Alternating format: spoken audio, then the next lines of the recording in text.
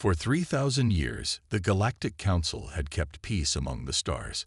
Hundreds of alien races lived and worked together, exploring the vast reaches of space. They shared knowledge, traded goods, and solved problems as one big space family. But all that was about to change. In a shiny round building on the planet Xylox, the Galactic Council met. Alien leaders from all over sat in a big circle. They wore fancy clothes and had all sorts of strange looks, some with tentacles, others with scales, and a few that glowed. Graktho, the head of the council, stood up. He was tall and blue, with 4 arms and 3 eyes. "Friends," he said in a deep voice, "we have a problem.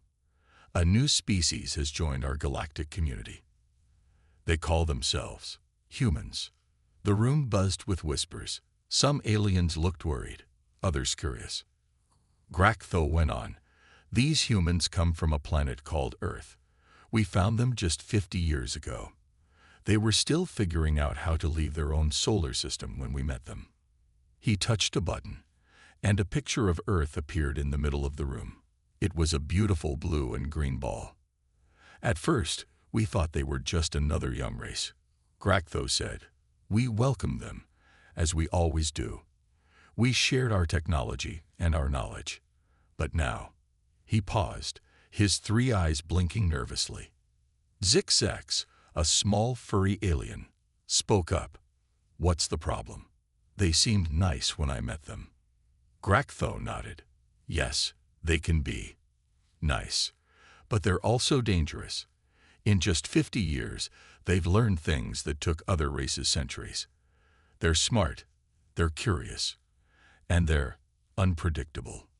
The room got quiet. Unpredictable was not a good thing in the peaceful Galactic Council. Graktho showed more pictures. Humans building spaceships, humans making new gadgets, humans exploring far-off planets. "They're everywhere now," he said, "and they're changing things fast." Mealtark, a jellyfish-like alien, waved her tentacles. "But isn't change good?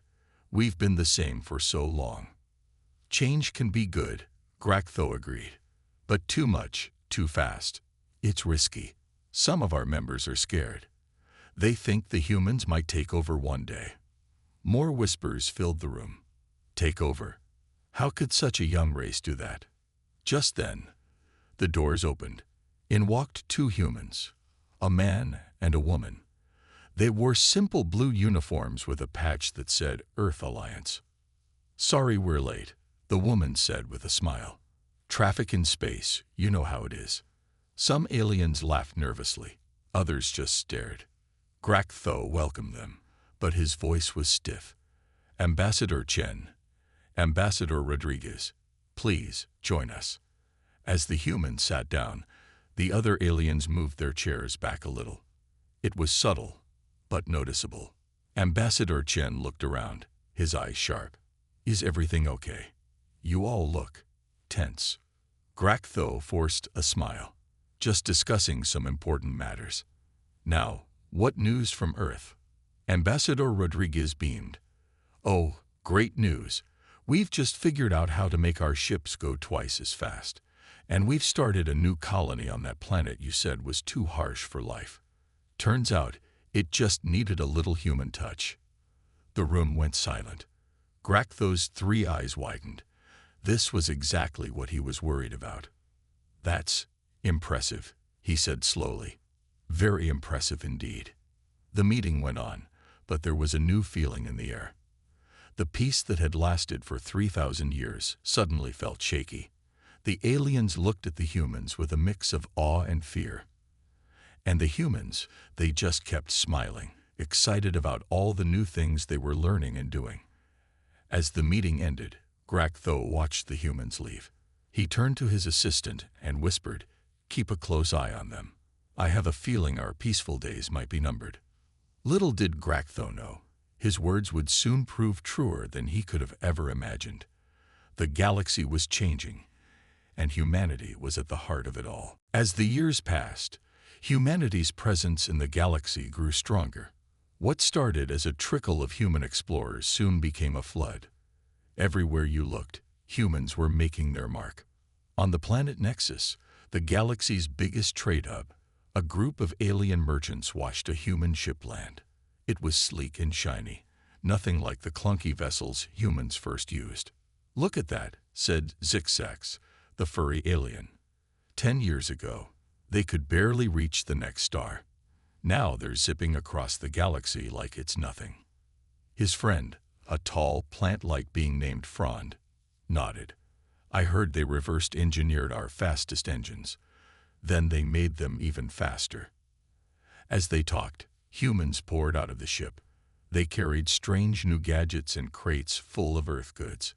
The aliens watched in awe as the humans set up shop, their stall appearing in minutes. "Step right up," a human called out. "Get your genuine Earth coffee. One sip, and you'll be buzzing all day." Aliens from all over flocked to the stall, curious about this new drink.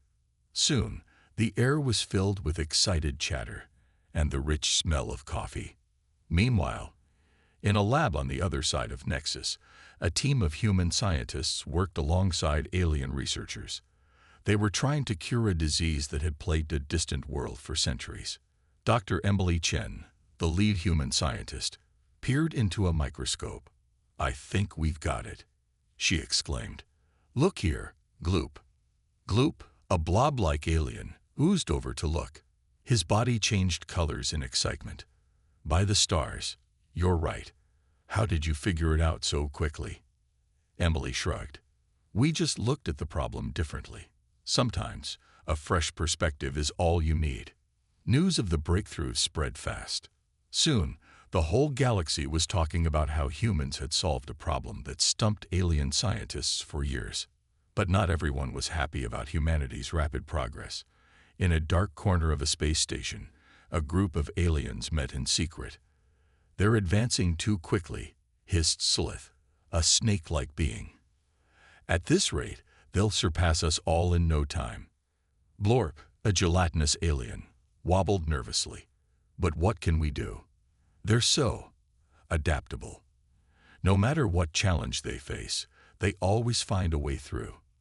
"That's what worries me," Slith replied. "They're unpredictable, dangerous. We need to slow them down before it's too late." As the aliens plotted, humans continued to make waves across the galaxy. They set up colonies on worlds others thought uninhabitable.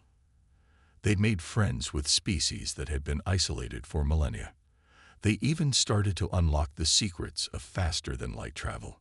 Back on Earth, the human leaders met to discuss their place in the galactic community. The room was filled with people from all over the world, united under the banner of humanity. President Amelia Johnson stood at the front. "We've come so far in such a short time," she said, "but we need to be careful. Some of our alien friends are starting to see us as a threat."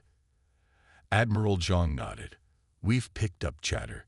Some species are calling for restrictions on human expansion." "But we can't stop now," exclaimed Dr. Okonkwo, the head of science. "We're on the brink of so many discoveries. Cures for diseases, solutions to energy crises, maybe even the key to immortality." The room buzzed with excitement and worry. Humanity stood at a crossroads. They could continue pushing forward, reaching for the stars, or they could slow down, try to ease the fears of their alien neighbors. In the end, they chose to push on. "It's who we are," President Johnson said. "Explorers, innovators, dreamers.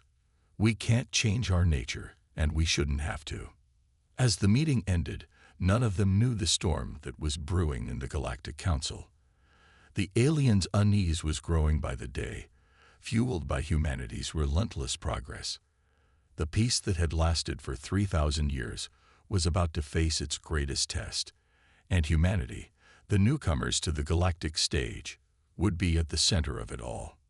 Little did they know, their next breakthrough would be the spark that would ignite a war across the stars. The day that changed everything started like any other on the bustling planet of Centauri Prime. Aliens of all shapes and sizes went about their business, trading goods and sharing stories. But in the blink of an eye, everything changed. A massive explosion rocked the planet's largest spaceport. Smoke billowed into the air, and panicked screams filled the streets. In the chaos, a single ship shot out of the flames, racing towards the stars. Word spread quickly across the galaxy. The ship belonged to humans. They had stolen something big. On the Galactic Council's homeworld, emergency alarms blared. Graktho, the head of the council, rushed to the control room. His 3 eyes were wide with worry. "What happened?" he demanded. A nervous aide replied, "Humans, sir. They broke into the Vault of Ancients. They took the cosmic core." Gasps filled the room. The cosmic core was the most powerful energy source in the known universe. In the wrong hands, it could destroy entire solar systems. Graktho's blue skin turned pale. "Call an emergency session. Now." Within hours, representatives from every major species gathered in the council chamber. The room crackled with tension. Ambassador Chen and Ambassador Rodriguez, the human representatives, looked confused and scared. "We don't know anything about this," Chen insisted. "Our government would never authorize such a thing." But the other aliens weren't listening. Years of fear and suspicion boiled over. Zixax, the usually friendly furry alien, growled, "You humans have gone too far. First, you spread across our stars like a virus. Now you steal our most sacred relic." Mealtark, the jellyfish-like alien, waved her tentacles angrily. "We should have stopped them years ago. They're too dangerous to be trusted with advanced technology." The human ambassadors tried to calm everyone down, but it was no use. The room erupted into shouts and accusations. Suddenly, a hologram appeared in the center of the room. It showed the stolen human ship, now deep in uncharted space. A figure appeared on screen, wearing a mask to hide their face. "Greetings, Galactic Council," the figure said, their voice distorted. "By now, you know what we've done, but you don't know why." The room fell silent. Everyone stared at the mysterious human. "For years, we've played by your rules. We've held back, afraid of scaring you. But no more. The cosmic core belongs to all sentient beings, not just the elite few. We're going to share its power with everyone, whether you like it or not." The hologram vanished, leaving the council in stunned silence.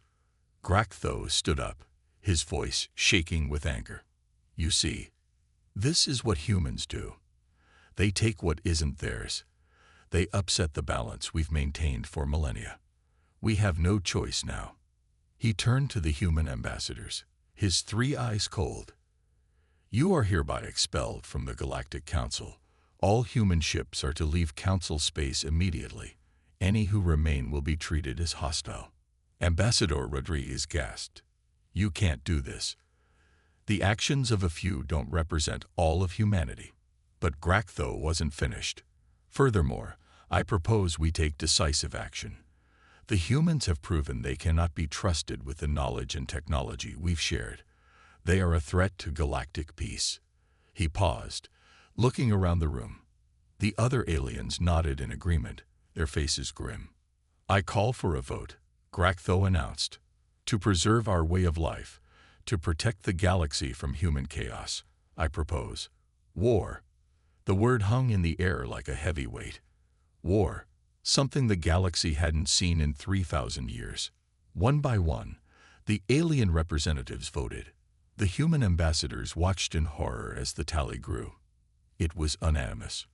Graktho's voice boomed through the chamber. "By decree of the Galactic Council, we hereby declare war on humanity.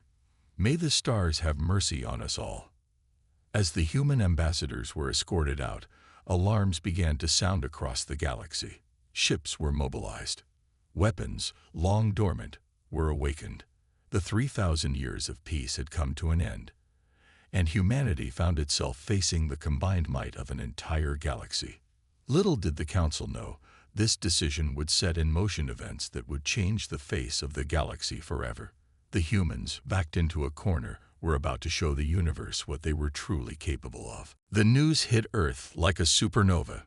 Billions of humans watched their screens in shock as Ambassador Rodriguez made the announcement. The Galactic Council has declared war on humanity.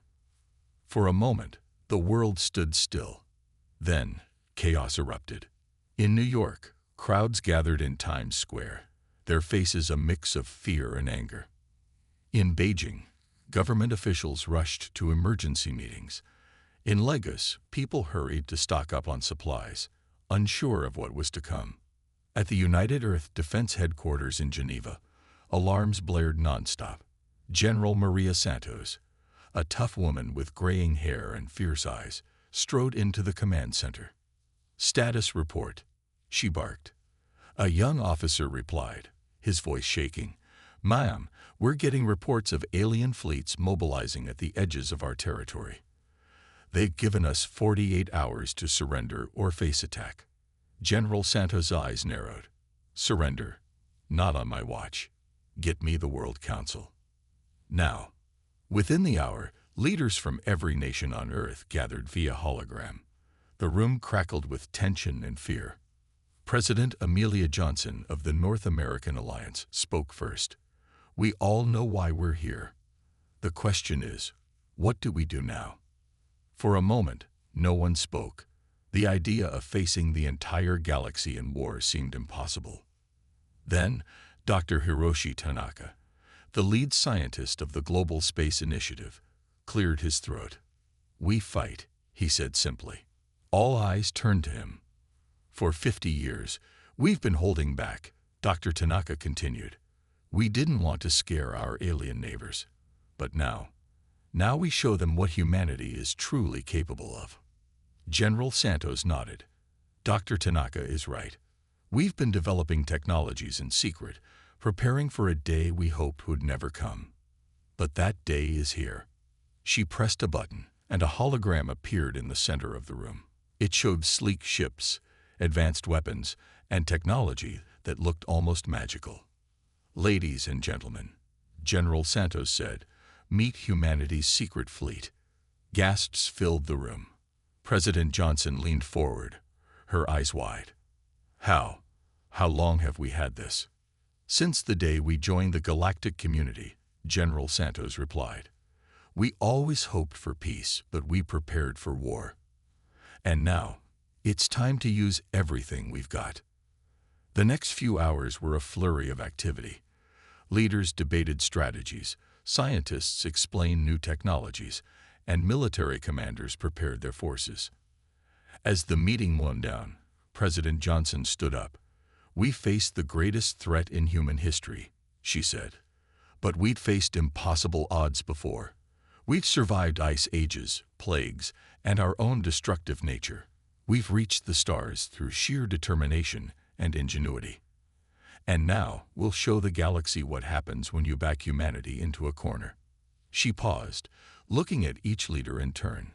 "From this moment on, we are one people. There are no more nations, no more borders. Only humanity, united against the stars." The resolution passed unanimously. Earth was going to war. As the news spread, something remarkable happened. Old rivalries were forgotten. Countries that had been enemies for centuries now worked together. Factories that once made cars now produced spaceships. Scientists shared their secrets, pooling their knowledge for the greater good. In orbit, Earth's hidden fleet emerged from secret bases on the Moon and Mars. Thousands of ships, more advanced than anything the aliens had seen, took up defensive positions. On the ground, millions volunteered for the newly formed Earth Defense Force. Training centers sprang up overnight, preparing humanity's soldiers for the battles to come. And in labs across the world, scientists worked around the clock, pushing the boundaries of physics and biology. They created weapons that could pierce alien shields, develop tactics to counter alien strategies, and unlock the potential of the human mind and body. As the 48-hour deadline approached, humanity stood ready.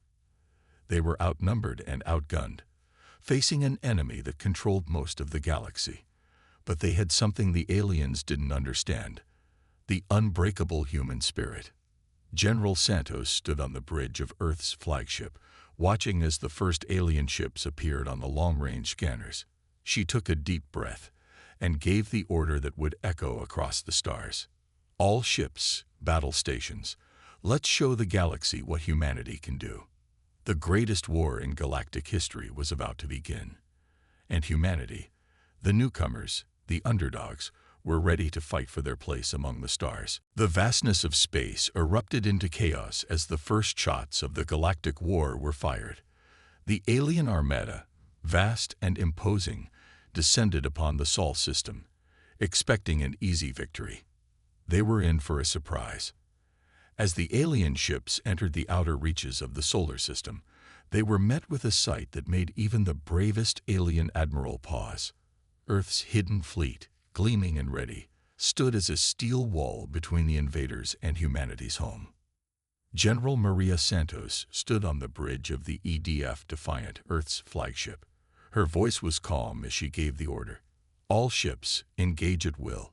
Show them what we're made of.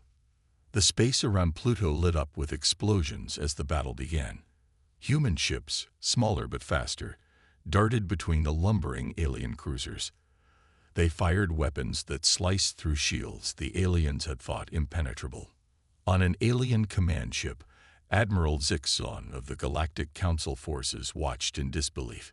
"Impossible," he exclaimed, his tentacles writhing in agitation. "Their technology. It's beyond anything we knew they had." His second in command, a reptilian being named Solar, hissed in agreement. "We underestimated them. Sir, what are your orders?" Admiral Zixon's compound eyes narrowed. "Press the attack. We still outnumber them. They cannot hope to stand against the might of the entire galaxy." But as the battle raged on, it became clear that numbers alone would not decide this war. Human ships employed tactics the aliens had never seen before. They used the gravity of planets to slingshot themselves at impossible speeds. They turned asteroids into weapons, hurling them at enemy ships with pinpoint accuracy. And then there were the human pilots.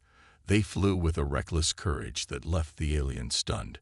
Where alien pilots retreated, humans charged forward. Where aliens hesitated, humans seized the moment. On Earth, billions watched the battle unfold through holographic displays. In New York, London, Beijing, and countless other cities, crowds cheered as human ships scored victory after victory. Dr. Hiroshi Tanaka, watching from a secret bunker beneath Mount Fuji, smiled as he saw his inventions in action. "You see," he said to his team, "this is why we never shared everything. The element of surprise is a powerful weapon." As the first day of battle drew to a close, the alien fleet retreated to regroup. The casualties were heavy on both sides, but the humans had achieved the impossible. They had won the first round. On the EDF Defiant, General Santos allowed herself a small smile. "Well done, everyone. But this is just the beginning. They'll be back, and in greater numbers." Her words proved prophetic. Within hours, new alien fleets began to arrive. The Galactic Council, enraged by their initial defeat, was calling in reinforcements from across the galaxy. But humanity had surprises of its own. As alien ships poured into the Sol system, they found themselves facing more than just Earth's fleet. On Mars, hidden bases activated, revealing massive ion cannons that could cripple capital ships with a single shot. From the moons of Jupiter and Saturn, swarms of automated drones emerge, overwhelming alien fighters with their sheer numbers. And then there was the secret weapon, the one even most humans didn't know about. As a particularly large alien dreadnought approached Earth, the moon itself seemed to shimmer. Its surface rippled. And then, to the astonishment of every being watching, it transformed. What had appeared to be Earth's faithful satellite was revealed to be an enormous battle station, bristling with weapons beyond anything the aliens had ever seen. Admiral Zixon, watching from his command ship, felt fear for the first time in his long life. "By the cosmic core," he whispered, "what are these humans?" On Earth, President Amelia Johnson addressed the world. Her face was tired but determined. "My fellow humans," she said, "we have faced the first test, and we have prevailed. But this war is far from over. The road ahead will be long and difficult. But together, united as one people, we will show the galaxy the true strength of humanity." As her words echoed across the planet, humans everywhere steeled themselves for the battles to come. They had survived the first strikes, but the war had only just begun. The galaxy was about to learn a valuable lesson: never underestimate humanity. As the Galactic War raged on, humanity faced its greatest challenge yet. The Galactic Council, recovering from their initial shock, had rallied their forces. Vast armadas from every corner of the galaxy converged on the Sol system, determined to crush the human resistance. But humans, as they had done countless times throughout their history, adapted. In a secret facility deep beneath the Himalayas, Dr. Emily Chen worked tirelessly. Her team had been analyzing alien technology captured in battle. "We've cracked it," she exclaimed, her eyes bright with excitement despite days without sleep. General Santos, visiting the facility, raised an eyebrow. "Cracked what, exactly?" Dr. Chen grinned. "Their faster-than-light drive. We've not only understood it, we've improved it. Our ships will now be able to outmaneuver anything they have." Within days, human ships were fitted with the new drives. The next battle saw alien admirals watching in disbelief as human vessels seemed to blink in and out of existence, striking from impossible angles. But humanity's adaptability wasn't limited to technology. In orbital training stations, human soldiers learned to fight in zero gravity, developing tactics that left alien boarding parties confused and overwhelmed. On Earth, civilians played their part too. Hackers launched cyber attacks that disrupted alien communications. Farmers developed new crops that could feed armies with minimal resources. Every human, from every walk of life, contributed to the war effort. As news of human victories spread, something unexpected happened. Not all aliens supported the war. Some had always seen humans as fascinating, not threatening. Others feared the Galactic Council's power. Slowly, quietly, a resistance formed. On the planet Xarxis, known for its sprawling marketplaces, an alien named Clix met with a human diplomat in secret. Clix, a squid-like being, spoke softly. "Not all of us want this war. We've seen what humans can do. We want to help." The human diplomat, Sarambeki, nodded gravely. "We welcome any help we can get, but you understand the risks." Clix's tentacles rippled. "We do, but we believe in what your kind calls the right thing to do." And so, as the war entered its second year, humanity found itself with unlikely allies. Alien ships would malfunction at crucial moments in battle. Supply lines to Council forces would mysteriously break down. Information about Council plans would find its way to human intelligence officers. But the turning point came in the Battle of Alpha Centauri. The Council, frustrated by their lack of progress, assembled their largest fleet yet. 10,000 ships, carrying the best warriors from 100 worlds, prepared to strike at humanity's first extrasolar colony. General Santos knew this could be the make-or-break moment of the war. She gathered every ship Earth could spare, along with their alien allies. The human fleet was still outnumbered 5-1, but Santos had a plan. As the alien armada approached Alpha Centauri, they found the human fleet waiting. But instead of attacking, the human ships retreated, drawing the aliens further into the system. Admiral Zixon, leading the Council forces, fell for the bait. "After them," he ordered. "We have them on the run." But it was a trap. As the alien fleet passed the orbit of Alpha Centauri's fourth planet, hundreds of hidden missiles launched from the planet's surface. Not ordinary missiles, but miniature black holes, a technology the aliens had thought impossible. The alien fleet found itself torn apart, ships crushed or ripped to pieces. In the chaos, the human fleet struck, their improved faster-than-light drives, allowing them to attack from all sides at once. It was over in hours. The mightiest fleet, the Galactic Council had ever assembled lay in ruins. Admiral Zixazon, his ship crippled, stared at the viewscreen in disbelief. "How?" he whispered. "How do they keep doing this?" On the EDF Defiant, General Santos allowed herself a small smile. "Send the message," she ordered. Across the galaxy, on every communications channel, in every language, the message went out. To the Galactic Council. "You have seen what we can do. You have seen that we cannot be defeated. We offer you this chance. End this war. Talk to us, or face the consequences." As the message played, humans and their alien allies waited. The tide had turned. Now, they hoped, the real change could begin. The galaxy held its breath. Humanity's message, broadcast after their stunning victory at Alpha Centauri, echoed across countless worlds. In the halls of the Galactic Council, heated debates raged. Graktho, the head of the council, paced nervously. His once proud posture was now stooped with worry.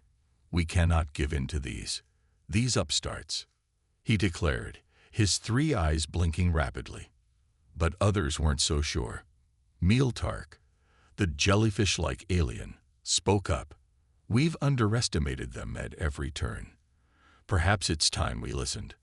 As the council argued, humanity prepared for what they hoped would be the final push. On Earth, President Amelia Johnson addressed a global audience. "We didn't start this war," she said, her voice firm. "But we will finish it, one way or another." The response came 3 days later. The Galactic Council agreed to a meeting, but with a condition. It would take place on neutral ground, a space station at the edge of the Milky Way. As the human delegation prepared to leave, General Santos pulled President Johnson aside. "Be careful," she warned. "This could still be a trap." Johnson nodded, her eyes determined. "That's why you're coming with me, General. We'll face this together." The journey to the meeting point was tense. The human ships, escorted by their alien allies, traveled through systems that had seen bitter battles. On every world they passed, beings of all shapes and sizes watched and wondered, was this the dawn of peace or the calm before an even greater storm? Finally, they arrived. The space station was a marvel of engineering, a neutral ground where species from across the galaxy could meet. As the human delegation docked, they were met by a sight few had ever seen, the full assembly of the Galactic Council. Graktho stepped forward, his colorful robes rustling. "Welcome," he said, his voice carefully neutral. "We have much to discuss." President Johnson nodded. "Indeed we do." What followed was the most important negotiation in galactic history.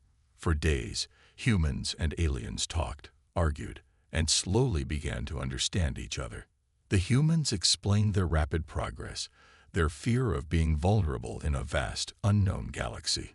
The council members spoke of their fear of change, of upsetting a balance that had lasted for millennia.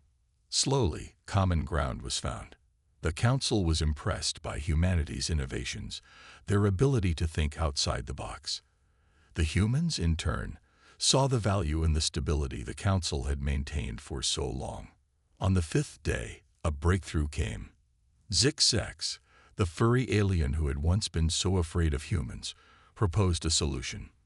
"What if," he said, his whiskers twitching excitedly, "humans joined the council as full members? Not as subjects, but as equals." The room erupted in chatter. It was unprecedented. Never had a species so new to the galactic stage been offered such a position. Graktho's 3 eyes widened in shock. "Impossible," he sputtered, but as he looked around the room, he saw nods of agreement, even excitement. President Johnson stepped forward. "We would be honored," she said, "but we have conditions. The council must change. No more hoarding of knowledge. No more treating younger species as inferior. We want a galaxy of true cooperation." To everyone's surprise, it was Admiral Zixon, the alien who had led so many battles against humanity, who spoke up. "I agree," he said, his tentacles waving. "This war has shown us the folly of our old ways. It's time for a new path." One by one, The council members voted. The result was unanimous. A new era would begin. As the news spread across the galaxy, celebrations erupted on countless worlds. On Earth, humans cheered in the streets. Their long struggle had led not to destruction, but to a new beginning. In the years that followed, the galaxy transformed. Human innovation mixed with alien wisdom, leading to advancements no one had thought possible. The cosmic core, once a source of conflict, became a tool for exploration and growth. New species were welcomed into the galactic community with open arms. The old fears faded, replaced by curiosity and cooperation. And at the center of it all was Earth, no longer a backwater planet, but a shining beacon of what was possible when determination met opportunity. As President Johnson signed the new Galactic Charter, she smiled at General Santos. "You know," she said, "I think we finally found our place among the stars." The general nodded, a rare smile on her face. "We certainly have, Madam President. We certainly have." And so, the galaxy entered a new age, an age of peace, of progress, and of unlimited potential, all because humanity, when pushed to its limits, had shown the universe what it truly meant to reach for the stars.